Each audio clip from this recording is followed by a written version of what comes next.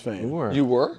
Yeah. Oh. I mean, privately. Okay. Inside. Like, no, I liked it. We didn't really talk about it. We didn't talk much the Broncos on this show. I mean, we talked Russ. We ripped you ripped Russ, but I was thinking inside. Javonte. No, and when Around the dinner table. I think though when Russ went, I was like, they got Javonte Wiliams. Like I liked what I saw. But the prop that was a few years ago, and what he do? He had the knee injury, right? And he hasn't been the same since. He hasn't averaged 4 yards a carry. He's been like 3.7 in the last 2 seasons. So this is your big, signing. I don't know if he still has it to the level that he did. And then I'm going to throw in the fact that you still have not paid Micah Parsons. Oh. And all that means is when you could have got him for $35 million, $36 million, heck. I don't want to say it's going to be closer to $45 million. Well worn. But I'm just saying, look, I'm sorry. And you're watching Washington. We know what Philly is. You're watching Washington improve. Had a great year last year, the Commanders, and then this offseason, they are going for it, and you're sitting there twiddling your thumbs. They also got a new coach. Usually give a new coach. Yeah, and that's another thing. You didn't even look at Bill Belichick. You didn't even look at Deion Sanders. Hey, you didn't even look at Aaron Glenn or Ben Johnson. You just promoted a guy. And look, I maybe Brian Schottenheimer will be great. But from my vantage point, this offseason has been what it usually is for the Cowboys, an F. Well, I'm not going to give them an F, but I am going to give them the big D. I mean, it's only fitting. Like, they didn't do a tremendous amount. They did re-sign Osa Odigizua. There we go. Great. I mean, they paid a lot of money. They did pay a lot of money for him, but they did. And then Javonte Turpin, they signed him. Like, I mean, they actually did get the running back that we thought that they should have gone out and gotten last year. They spent the money on the running back. Javonte, we had all these calls at Javonte Williams fans. Is he still? He's not what he used to be, I don't think. No. Every day, I haven't heard Javonte Williams say I'm not at all saying, I'm just saying, last year, we were waiting for them to sign a running back, and they waited this year, and they got their running back. So, I mean, maybe it works out. They could have had Derrick Henry. I would have given them an N/A, not applicable. Because they, once again, are not participating in the offseason. But that should be enough. No, I agreed. I was being, I guess, a little pedantic there. I don't understand.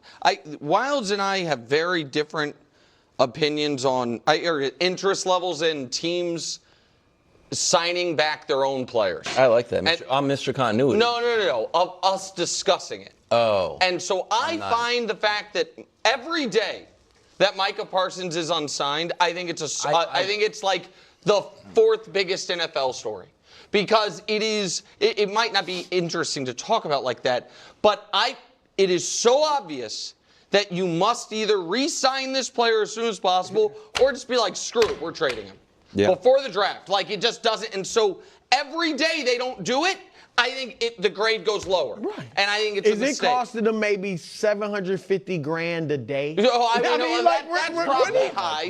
But it is. But every time, I mean, the last week it has, Brew, because a week ago it was 35. Then Crosby got 35 and a half. Then Myles Garrett, with his newfound love for Brew's hometown, Cleveland, and now it's 40. So we have tried, I think, on this show for 2 reasons. One is because we try to genuinely be fair and kind to people, and the other is also because Coach Mangini, our partner, has a real relationship with Brian Schottenheimer. Not to write that guy off, and it's unfair, but it is also honest to be like, that was as underwhelming, doesn't mean it won't work, but as underwhelming of a coaching search and hire as one could make.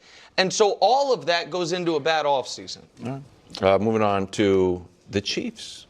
Trying to avoid it. Grade, it may not be as high as you're expecting, judging from your enthusiasm in that opening. Okay. But I'm going to keep it real. All right? Look, and this is the entire offseason as far as I'm concerned. So they get points. They get extra points on my checklist because of Mike Vrabel. Oh, you're including Yeah, I'm including I'm including now, Okay. because that brings it up a little, so Yeah. you'll see what I think of some of the signings. Now, look, Milton Williams, that might be the best one. He was great in the Super Bowl, 2 sacks against the Chiefs. God But- knows those guys that flash in Super Bowls and then get huge deals. That never turns out bad for teams. Guys whose names we weren't that familiar with and have huge Super Bowls, those guys always turn into just perennials. No, that's my point. He's essentially kind of a part-time player. Yeah. Right? And that now it might pan out, right? Nobody expected Zach Bond to, do what he did in Philly, but it might not. All right? I mean, because he has never played 50% of the snaps in his career in a season. So it's a risk. Maybe it'll be a good one, but that just goes into my psyche. Like, not sure about that. The other ones are solid. Spillane, David, they're good players. And Mac Hollins, I mean, his biggest claim to fame is he doesn't wear shoes. Correct. What's the grade, bro? And to me, and here's what really took it down. I know we have 5 of these, though. But this is what really took it down. Talk, An embarrassing situation at the wide receiver position. Yeah. Chris Godwin turned down $20 million to be the number one, to go from being a number 2 to a number 1 with a young hotshot quarterback. I got to give it a C+. A C+. So yes, a C+ because plus isn't even real. You didn't get Godwin. you didn't get DK Metcalf. You obviously can't get T. Higgins. You settled for a guy that doesn't wear shoes. I had C-, but I wasn't including Vrabel. Okay. So here's why. So I think what they spent. They had to pay like 130 cents on the dollar for what I consider mid-tier players, except for Milton Williams. Milton Williams, I think, could be really good. I know Eagles people were talking about him before the Super Bowl, to their credit, like, hey, he could have a huge impact, and he did. They made him the 4th highest paid D tackle. No, right, so that's why I'm saying 130 cents on the dollar. But they still have – they only addressed defense. Yeah. You say yeah, but I don't. All year, Wilds, you told me how horrible this offensive line was. They signed Morgan Moses, who's, okay, buddy, you can't all of a sudden think Morgan Moses is good when he was a year ago the Jets' right tackle, and you were talking about their scheme. Okay, but he's 35-year-old, $8 million a year tackle.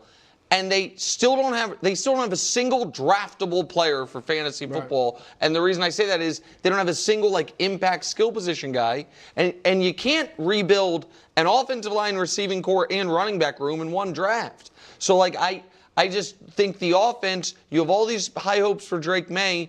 They had a defensive new head coach that built up his defense, and the offense still just sitting there. I like it, Greg. I like it too, Wilds. I gave him a B+. Absolutely.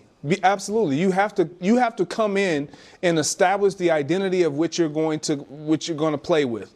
And this is what it was in Tennessee. They were stout up front. You couldn't run on their teams. Defensively, they were physical. We always thought of those teams as lunch pail. We're talking about the New England Patriots. The last time we saw them have tremendous success, obviously Tom Brady was under center on the offense side of the ball, but defensively they were rock solid. But they also had 2 superstars on offense. I understand that, but you can start to address. You can't address everything right now. You have baby steps. I get baby steps, baby steps is a B+. You got Carlton Davis alongside of Gonzalez.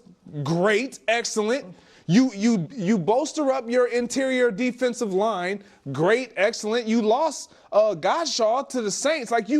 You filled voids that were necessities. And he's a defensive-minded coach. This team is going to cause problems in that division. Every other team that has a star young quarterback or a hopeful star young quarterback is trying to build around that guy. And I get it. It's so much wild. Now they tried. It's so much embarrassing. We all know this. There's so many more opportunities to get a receiver versus all these other positions. Nobody wants to go there.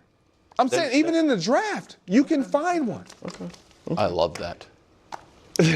Lunch pail. This one will